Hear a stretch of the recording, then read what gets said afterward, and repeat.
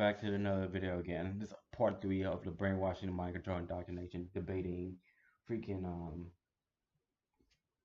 objection, hearsay, cross examination, direct examination, as well as indoctrination, all the one on the bullcrap. Um, like I said before, some schools did not align one moral code. I mean, forget the moral code. They didn't line with the way I want things to be. I said my understanding, not my understanding. I have a code of conduct. Everyone has a code of conduct before. There's the A team code of conduct. There's the B team. There's the C team. There's the D team. There's the trash team. Then there's a super ass team. There's bullcrap out of this world team. And then there's me. According to my drill sergeant, I sit on my own team. And I tell him, oh, you know about that? Like, of course I do. I sit on my own team. Why would I not sit on a team? That's not good, but that's not bad as well. Well, bully goes to the face. I just get back up and laugh at people. Really now. Anyway, back to the subject of debating here. Now, I'm going to go into debating to the art of war, and it's hard to say this because there was a time in middle school and high school I said something that intimidated someone so much they went down the street naked, and I told myself I would tone it a lot down in middle school into high school. Apparently, that wasn't a good idea. Apparently, these people did not understand that I already had a medical lab technician assistant, meaning that I can take a body apart. But I had to make people believe it. Back to the subject at hand. Um, Basically, what that means is debating an art of war. You're gonna consider the art of war as a form of debate, or debate as a war, which is why I said debating is a term of coming to an understanding or a mutual agreement, give and take. Now, the reason I could say debating is war because most debate now is today by crushing your opponent and take. Now, you guys already know how I group my people. There's I hate you, meaning anything about you, I hate your bloodline, your hair color, whatever. That's hatred.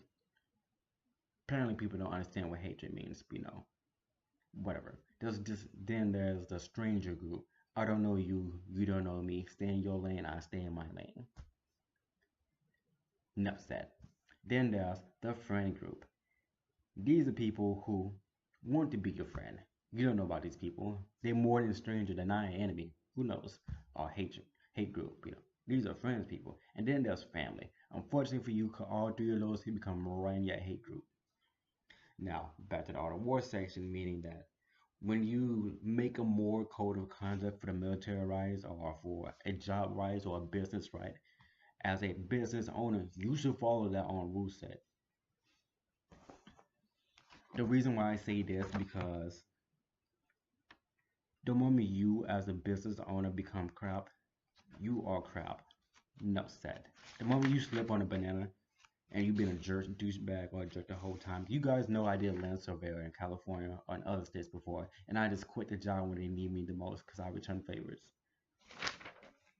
Yeah, I quit. Just put a check like this.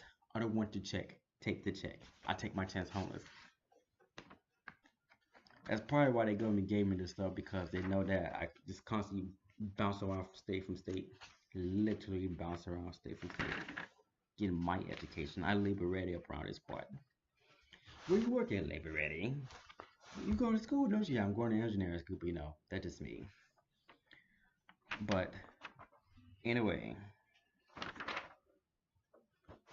uh, once you make your code of method and how you discipline those who break that code. First of all, you don't draft people. You saw what happened during the Vietnam War. You saw what happened during the Middle East. You saw what happened in Africa. You do not draft people into the military. You do not tell people to throw their lives down for something they don't believe in. Force them to do so, or else you have that bullcrap happen. Now, this is where discipline comes in. You want people to volunteer for your stuff. We come to moral code of conduct. We come to debating. You should follow your own code of conduct so they can see what you are and they can volunteer for your stuff and they break their own stuff. You can discipline them or set a discipline line or set a way of training, getting a proper measurement down or getting proper coding down. And then there's the energy level. You don't want to go to war with people who are drowsy or you want to prick like me because, let me lose, boss. Let me lose. No, not today. I got this. No. It's just six people. I got this. I got this. Okay, everybody does. I'm work out. Good. We're done. Not today. Today is my period day. What that means? It means everybody dies. But That's where you do not want that to happen because I can want to be solo a whole city by myself or planet, whatever. That's the energy level, which is why you come back to the debating and come back to the code of conduct. Now I'm gonna give my personal right. The military have the A team, the B team, C team like everyone else. So if you want soldiers, you want machines. If you want douchebag people, you get people because people have their own fluctuations of feeling because people make mistakes. L. If I said that, L. But anyway, if your people like out here are disorderly, hit them with order. Attack them. If they're easy, make them uneasy. If they're not easy, they are easy. Hit them with the opposite of bipolar opposites. There's a difference between contradiction and hypocrisy. Hypocrite is something that's in your control that you can do, which is come down to art of war. The art of war is based on deception, nothing else. There's hypocrite and a contradiction. Contradiction sits outside of your boundaries. It's not something that you have any say so or control over. To breathe is not to breathe. To live is to die, because you're gonna die anyway. Except for me, you're gonna die anyway. So that's a contradiction. It's out of your control. It's a total opposite. When it's like there's darkness, congratulations, contradiction. Unless you go to a reality that have its own set of rules and that become other bullcrap stuff. Now, all this leads into legal stuff where the objection come in. Objection is and dismissing inadmissible evidence or inadmissible testimony, as we already discussed already. Now, when you're objecting, you gotta read your court rules and can you stand up? Do you gotta stand up when you object? Can you sit down when you object, or do you have medical problems? Usually it's stand up most time, but different states, different stuff. I know, right? One country, one thing will be whatever. Anyway, um, as I said before, the cyborgs, you need to be careful about it. If you're pointing with a cyborg, it means they're going to try to negotiate. Like these douchebags try to do to me. We're not negotiating, prick. I want my stuff back. There's 4K TVs, 6 heavy bags, another set of heavy bag, a car, and a bunch of other stuff. I'm getting my stuff back one way or another. We're not negotiating. Somebody gonna have to die around these parts. Everybody dies. Let's call it that. We already know about the form of ejection and all this stuff, but like I said, this is more practical. This is more mixturing and stuff because you cannot lead the witness or lead your questions unless it's a direct examination or dealing with a hostile subject or dealing with a matter at hand. Then there's none leading.